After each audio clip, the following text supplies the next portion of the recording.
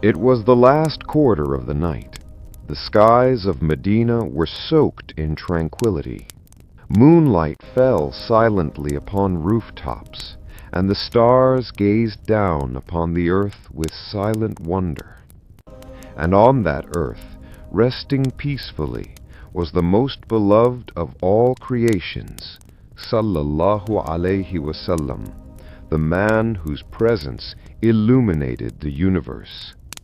Suddenly the skies flashed as if a soul had been lifted.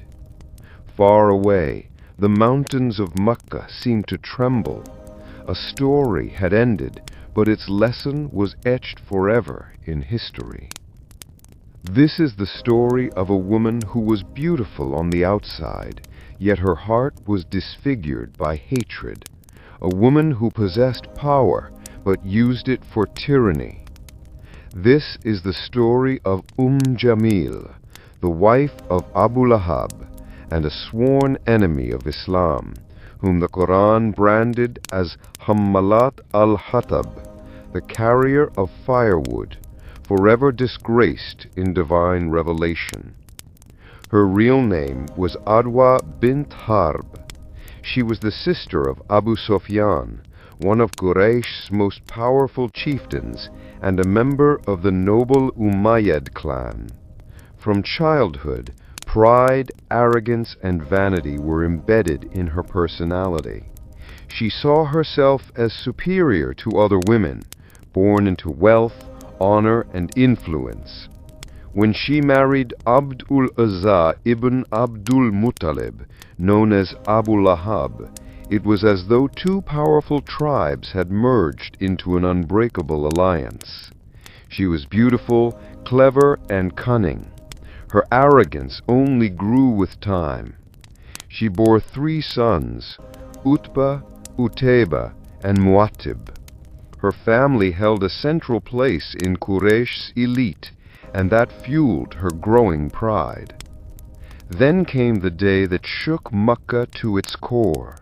Muhammad ibn Abdullah sallallahu alayhi wasallam announced that he was the messenger of Allah, bringing a divine message to mankind. This declaration was not just spiritual, it was a direct threat to the false gods, the elite's dominance, and their corrupt system. The man once known as Al-Sadiq and Al-Amin, the truthful and trustworthy, was now a prophet. For Jameel, this was unbearable. A mere orphan, a simple trader, now claimed to be the messenger of God? How could the most honorable woman in Mecca accept this? Jealousy, rage, and hatred consumed her heart. Initially, she and Abu Lahab remained silent, but as the Prophet's message spread, their hatred grew stronger. Jameel began deploying all kinds of schemes to oppose the Prophet. Every morning, she would carry a bundle on her back, collecting thorns from palm trees, which she would scatter along the Prophet's path, hoping to injure him. But she didn't know that Allah protects those He loves. But her war was not just physical, it was psychological. She spread venom with her words. She would attend women's gatherings and defame the Prophet sallallahu alaihi wasallam, calling him a magician, a poet, or a madman. She incited children to mock him. When he would stand for prayer, she and her family would throw the entrails of camels on his blessed back. And yet the Prophet would only pray, "O Allah, guide my people, for they know not." But her heart only burned more fiercely with hate. Then came the day that Allah revealed a complete surah in the Qur'an, condemning both Abu Lahab and Jameel. Perish the hands of Abu Lahab, and perish he. His wealth and gains will not avail him. He will burn in a fire of blazing flame. And his wife, the carrier of firewood, around her neck a rope of twisted fiber. Surah Al-Masad. The day this surah was revealed, Jameel's face turned crimson with fury. She stormed into the Kaaba with a stone in hand, shouting, "I've heard Muhammad has insulted me." The Prophet was sitting nearby with Abu Bakr radiallahu anhu, but Allah had veiled her eyes. She couldn't see him. She turned away, unaware of his presence.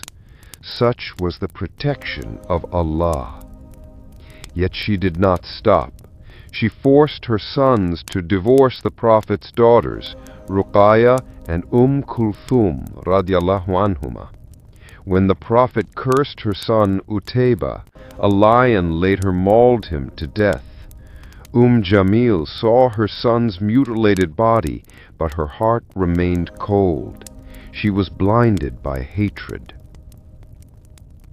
Time passed. Islam grew.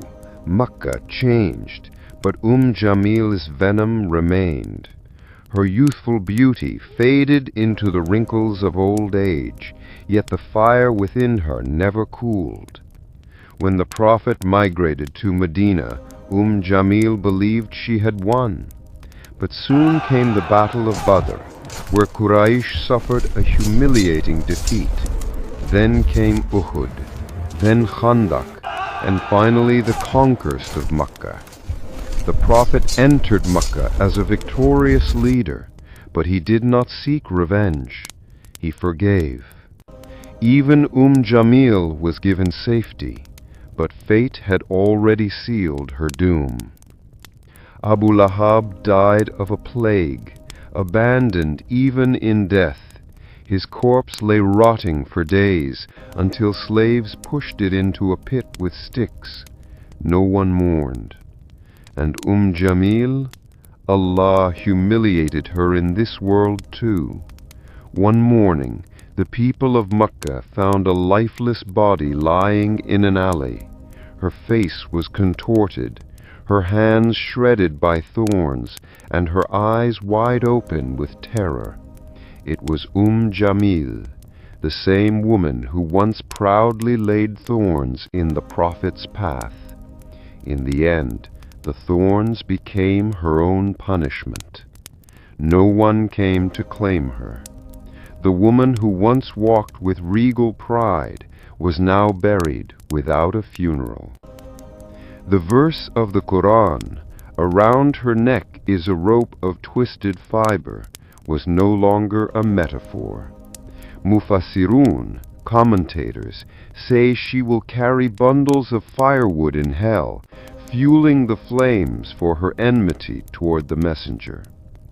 Jameel's tale is not just the story of a woman, it is a lasting warning. Arrogance, jealousy, and hostility toward truth drag a person to unimaginable depths. Neither her wealth, nor her beauty, nor her lineage could save her. She sought to disgrace the Prophet, but Allah eternally disgraced her in His book.